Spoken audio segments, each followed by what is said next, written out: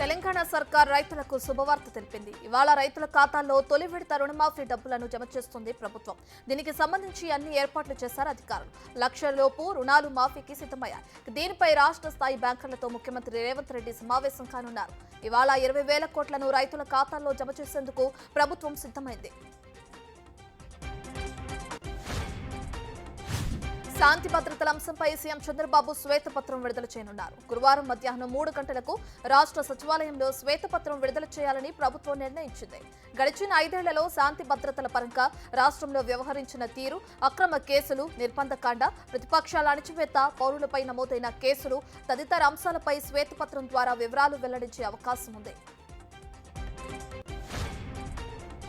ప్రధాని నరేంద్ర మోదీ నేతృత్వంలోని కేంద్ర కేబినెట్ ఇవాళ సమావేశం కానుంది. ఉదయం 10:30 కేంద్ర కేబినెట్ సమావేశం కానున్నట్లు తెలుస్తోంది. అంటే బడ్జెట్ సమావేశాలకు కొద్ది రోజుల ముందు కేంద్ర కేబినెట్ సమావేశం కానుండడం ప్రాధాన్యం సంతరించుకుంది. కేంద్ర బడ్జెట్ సమావేశాలు ఈ నెల 22న ప్రారంభం కానున్నాయి. ఆర్టీసీ బస్ కండక్టర్ తనతో అసభ్యంగా ప్రవర్తించాడని హైదరాబాద్ లో యువతి ఆవేదన వ్యక్తం చేసింది.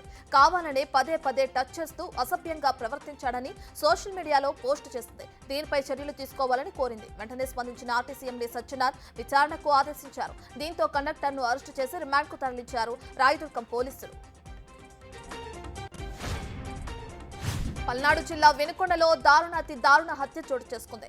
షేక్ రషీద్ అనే యువకుడిని నడి రోడ్డుపై నరికి చంపాడు జిలానీ అనే వ్యక్తి. కత్తితో విచక్షణారహితంగా షేక్ రషీద్ పై దాడి చేసి హత్య చేశారు. అయితే ఈ దాడికి పాత కక్షల నేపథ్యంలో దాడి జరిగినట్లు తెలుస్తోంది.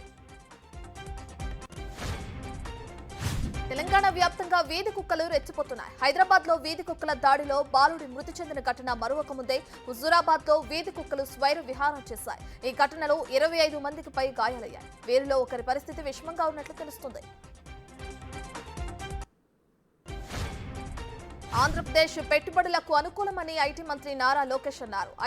ఐటీ ఆధారిత సేవలు, డేటా సెంటర్స్, ఆర్టిఫిషియల్ ఇంటెలిజెన్స్ వంటి రంగాల్లో విశాఖలో పెట్టుబడులు పెట్టాలంటూ ఆయన ఆహ్వానం పలికారు. ఏపీ ప్రభుత్వం ఎలాంటి ఆంక్షలు, నిబంధనలు పెట్టదని, పూర్తి సహకారం ఉంటుందని మంత్రి తెలిపారు. పెట్టుబడులు పెట్టాలంటూ వివిధ కంపెనీలకు పిలుపునిచ్చారు. నర్సాపురం ఎంపీడీఓ అదృశ్యం, దానికి దారితీసిన పరిస్థితులపై సమగ్రత జరపాలని డిప్యూటీ సీఎం పవన్ కళ్యాణ్ ఆదేశించారు. అదృశ్యమైన అధికారి ఆచూకీ కనిపెట్టే చర్యలను వేగవంతం చేయాలని స్పష్టం చేశారు. వెంకటరమణారావు రాసిన లేఖ, అందులోని వివరాలపై ఉప ముఖ్యమంత్రి పవన్ కళ్యాణ్ ఆరా తీశారు. ఓ సరదా సంభాషణ కాస్త విషాదానికి దారితీసింది. తోటి ఉద్యోగితో మాట్లాడుతుండగా పట్టుతప్పి 3వ అంతస్తు నుంచి కింద పడి మరణించింది. ముంబైలో దొంబివాలిలోని గ్లోబ్ స్టేట్ భవనంలో ఈ ఘటన జరిగింది. నగినాదేవి మంజీరామ్ అనే మహిళ అక్కడే ఉన్న పిట్టుగోడపై కూర్చుంది. దీంతో తోటి ఉద్యోగి సరదాగా భుజంపై చేయటంతో బ్యాలెన్స్ తప్పి కింద పడి చనిపోయింది. అల్పపీడన ద్రోణి ప్రభావంతో ఇవాళ రేపు కోస్తాంధ్రలో భారీ నుంచి అతి భారీ వర్షాలు కురుస్తాయని రాష్ట్ర విపత్తుల నిర్వహణ సంస్థ తెలిపింది. ఇవాళ మన్యం, వైజాగ్, అనకాపల్లి, కోనసీమ, తూర్పు గోదావరి, పశ్చిమ గోదావరి, కృష్ణా, ఎన్టీఆర్, గుంటూరు, బాపట్ల, పల్నాడు, ప్రకాశం, నంద్యాల జిల్లాల్లో అతి భారీ వర్షాలు కురుస్తాయంది వాతావరణ శాఖ.